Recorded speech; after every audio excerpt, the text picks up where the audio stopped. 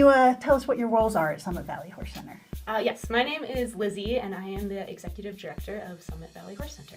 My name's Morgan, and I am the Ranch Manager at Summit Valley Horse Center. Where do the horses come from for the horse ranch? We partner with different rescues across the state. In Colorado, our longest partner has been the Next Step Horse Rescue, located in Colorado Springs, and we're looking to re-partner with Mountain Valley Horse Rescue, located in McCoy, Colorado. And the horses that you get, are they abandoned horses, abused horses? So these horses that end up at rescues can be for a variety of reasons. A lot of the time it's owner surrender because of finances. Horses are very expensive, and if people can't take care of them anymore, they'll surrender them. Some of them come from auctions, and a lot of horses at auctions can be, skinny, underfed, come from neglectful situations. So it kind of just depends where they come from. Some are surrenders from abuse and neglect cases. Some are Mustangs as well. So we get wild horses that can't live on the range anymore due to sustainability issues, and so we can help with that population of wild horses as well. On average, what would you say it costs to take in a horse, rehab it, make it, adoptable again? The ranch itself costs over $250,000 per summer to run. Each horse on average costing around $3,000 for just the 6 summer months that we have them.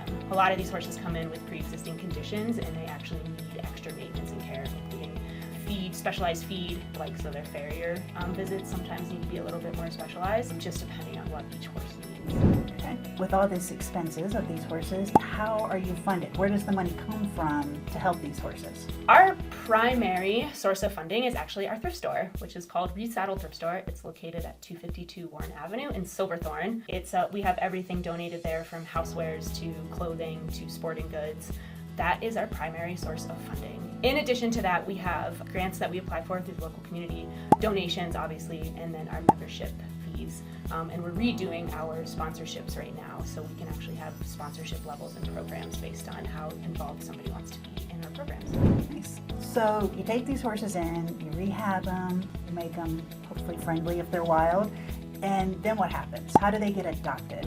So all of the adoptions happen through the rescues that we partner with. So Next Step Horse Rescue and Mountain Valley Horse Rescue, they'll do the entire adoption process. Applicants, have to fill out an application, make sure that it's a good fit. So we don't actually do any of that directly. Our main role is to train the horses. So we spend the entire summer teaching them basic skills from groundwork, just being handled and caught, and then working up to riding if that is something that they're capable of or ready for. So that's our role in the partnership there, and then they go back to their rescues at the end of the summer to be adopted out.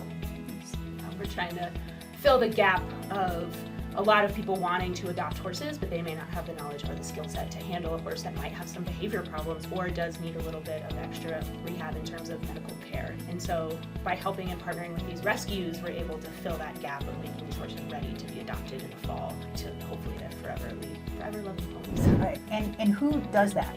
Who trains the horses? Who makes them, adoptable?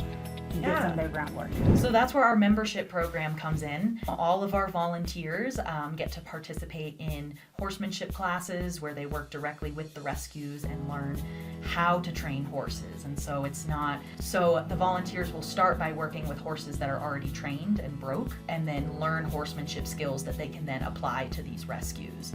So if you become a member, you can participate in any of the classes that we offer. That's beginner horsemanship to advanced horsemanship. We also have group riding classes so that when these rescues are ready to be ridden, you have the skills to help them with that process. So you get a basic understanding of horse safety, horse behavior, and how to communicate with horses using body language and using their language and their way of thinking.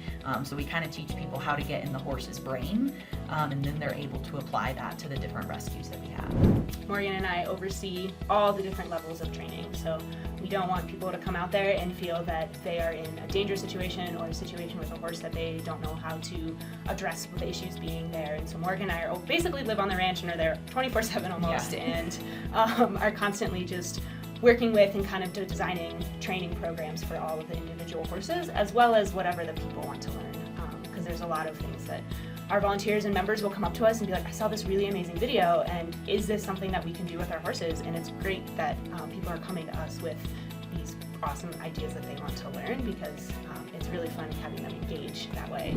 Yeah, the classes really are volunteer driven. So whatever our volunteers want to learn or accomplish, that's how we focus things. So there's not necessarily a set curriculum other than, there's some basic skills we want you to master.